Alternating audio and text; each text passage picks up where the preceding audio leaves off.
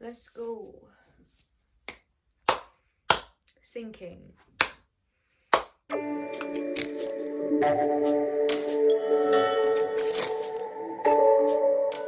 On the 23rd of July, Taylor Allison Swift announced her 8th studio album Folklore was going to be released the following day on the 24th. The tracks were said to be a collection of songs and stories that flowed like a stream of consciousness that came from Swift's own imagination. There were initial 16 tracks on the album, with a bonus track, The Lakes, on the deluxe version of the album, and was produced virtually by Aaron Dessner and Jack Antonoff. My favourite white boy. And most recently was known for winning Best Album at the Grammy Awards, like it deserved, and helped many people, including myself, through the summer of the pandemic. But what stories was Taylor trying to tell us? Well, in The Last Great American Dynasty, we know it tells the life of Rebecca Harkness, a disgraced widow who moved into Holiday House where Taylor Swift now lives. And in This Is Me Trying, it was someone constantly trying to improve themselves, and them not killing themselves was them trying to do better.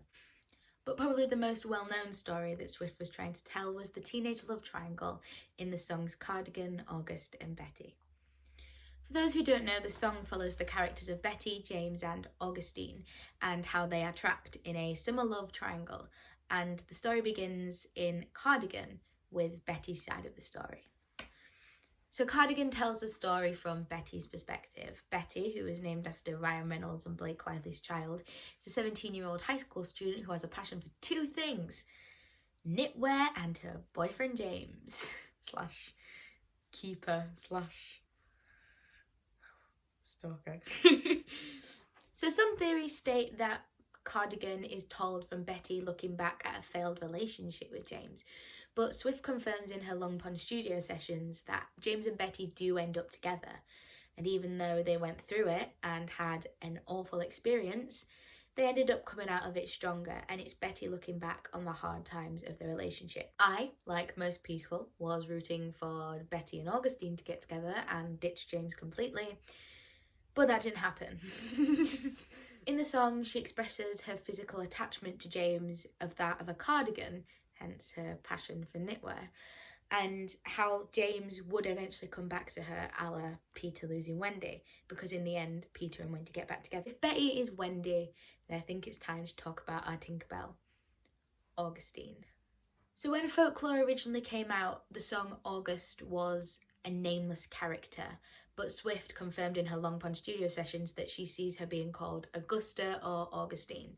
Now, personally, I'm just going to call her Augustine because it's a lot easier to remember it that way. But even the fact that she wasn't given a name originally contributes to the fact that she is this other woman, and she's not as important to James in his life. Whereas Betty, he is constantly singing her name, saying her name.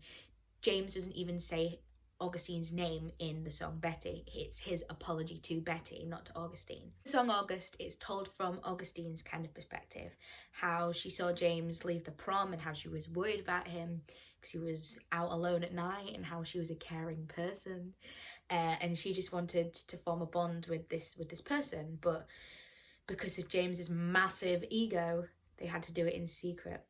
Ego? Reputation. Dun, dun, dun. But Augustine is almost self-aware in the fact that she is this other woman. She asks in the song, "Will you call me when school starts again?"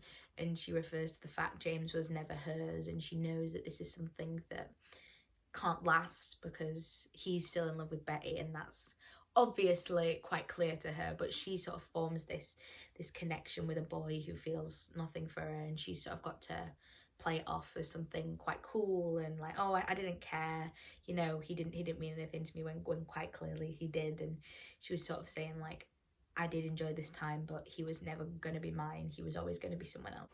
In my humble opinion, Augustine got it the worst. She didn't end up with the boy, she probably got talked badly about at school. Inez, I'm looking at you. And she was probably left with a lot of heartbreak, which to me means that Augustine is the victim in this situation, not Betty.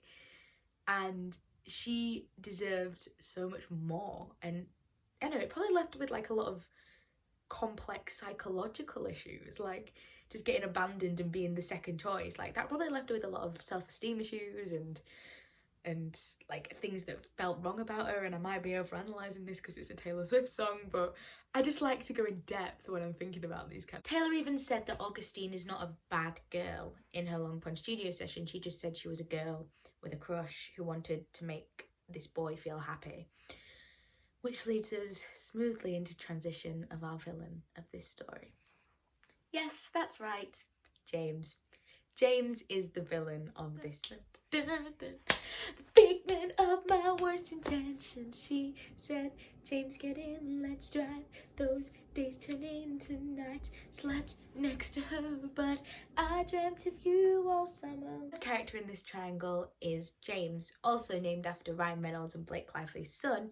James sings the song Betty as an apology to Betty for essentially cheating on her. First of all, I also just wanted to say that I'm not discrediting anxiety and how it makes people behave, because it is implied that in the song James has some form of anxiety and doesn't enjoy being in big groups. But the whole story begins when James goes to the school prom dance thing and sees Betty dance with another boy, which clearly makes her a war criminal. But instead of talking about it and having a conversation with Betty like a normal couple, he decides to run off and leave the prom, hence bumping into Augustine in the car. He gets in and he decides that this is his new thing now. He's just gonna meet this girl in secret and not tell anyone and have this summer romance, even though he might have a girlfriend, but he doesn't know because he saw her dance with another boy. So clearly she's the spawn of Satan. School restarts and Betty switches her homeroom. He realises that something is wrong and someone has probably told Betty, most likely Inez. Mini tangent here. Inez is the fourth character in this love triangle and is also named after Ryan Reynolds and Blake Lively's newest child. Swift actually announced the name of their baby in this song, which I think is so cool. Like, you get your name announced through a Taylor Swift song. I would love that. But Inez doesn't do anything wrong, in my opinion, in this case. Obviously in the past she's probably told rumours, but she'll probably just be telling Betty like, hey, I don't know if you should know this, but your boyfriend's kind of a garbage human who cheated on you. She's just trying to be a good friend and tell Betty that she can do better. But once again, James discredits her as a gossip and an untrustworthy source, which is kind of a shit thing to do, James. But after James realises that he's messed up, he decides to put a plan together to apologise to Betty at Betty's party. So he shows up completely uninvited and just expects him to be off the hook for cheating on her for literally like 3 months. Good plan, James. Good plan. For some reason, Betty just seems to accept this apology and James gets to kiss and make up, not having to face any consequences for his actions after emotionally damaging 2 women. No consequences. It's okay. It's alright. He apologised, I guess. He's incredibly self-aware that he's messed up. Like, in the song, he says, the worst thing that I ever did was what I did to you. But that's what he did to Betty, not what he did to Augustine. Because Augustine is clearly the one who's worse off here. Like, she was left with nothing. Like, she didn't even get the boy. She probably got bullied, you know. Like, it's kind of a crappy situation for Augustine, you know. I kind of, like, in my head, imagine that when Augustine sees Betty and James back together, it's like the scene at the end of Infinity War, like when Thanos has just killed his daughter and then Augustine. This is how I imagine it plays out. Got her back. Your social standing and everything you kind of love. So in conclusion, was James a horrible war criminal who murdered children? No. Was he an arsehole 17-year-old who probably wasn't thinking right and decided he was gonna go off on this magical summer adventure? Yes.